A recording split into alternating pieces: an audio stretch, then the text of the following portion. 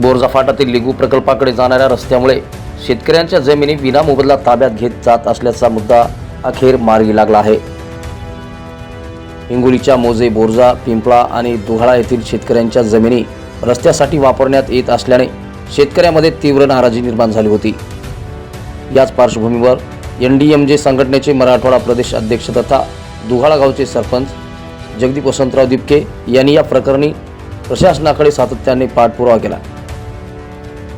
दिनांक 19 डिसेंबर 2025 रोजी उपविभागीय अधिकारी वसमत यांची भेट घेऊन शेतकऱ्यांच्या जमिनी विनामोबदला घेऊ नयेत, तसेच भूसंपादन करूनच रस्त्याचे काम सुरू करावे अशी मागणी निवेदनाद्वारे करण्यात आली होती। यानंतर जिल्हाधिकारी हिंगोली आणि सार्वजनिक बांधकाम विभागाच्या अधिकाऱ्यांची भेट घेऊन शेतकऱ्यांच्या वतीने आंदोलनाचा इशाराही देण्यात आला होता। या संदर्भात उपविभागीय अधिकारी वसमत यांच्या अध्यक्षतेखाली तहसील कार्यालय औंढा नागनाथ येथे यापूर्वी 2 बैठकाही घेण्यात आल्या होत्या। या बैठकीत बोरजा, पिंपळा आणि दुहाळा गावच्या शेतकऱ्यांनी रस्त्याच्या कामाला तीव्र विरोधही दर्शवला होता। दरम्यान आज 12 मार्च 2026 रोजी झालेल्या बैठकीत अखेर हा महत्त्वाचा निर्णय घेण्यात आला आहे।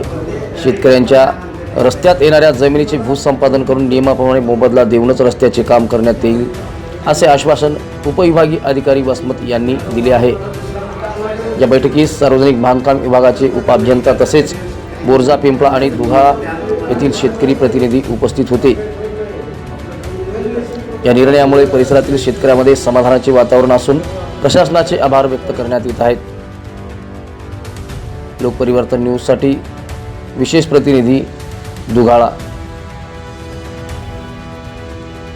कार्यकारी अभियंत्याची देखील भेट घेतलेली आहे आणि त्यांची भेट घेऊन त्यांना निवेदन दिलेलं आहे। निवेदनाद्वारे मागणी केलेली आहे की या रस्त्याच्या लगत असलेले जे शेतकरी आहेत त्यांच्या जमिनीचं भूसंपादन झालं पाहिजे आणि भूसंपादन करून ह्या जमिनी शासनानं ॲक्वायर करून नंतरच या रस्त्याचं काम, या रुंदीकरणाचं काम केलेलं पाहिजे अशी मागणी आज आम्ही सर्व ग्रामस्थांच्या वतीने केलेली आहे।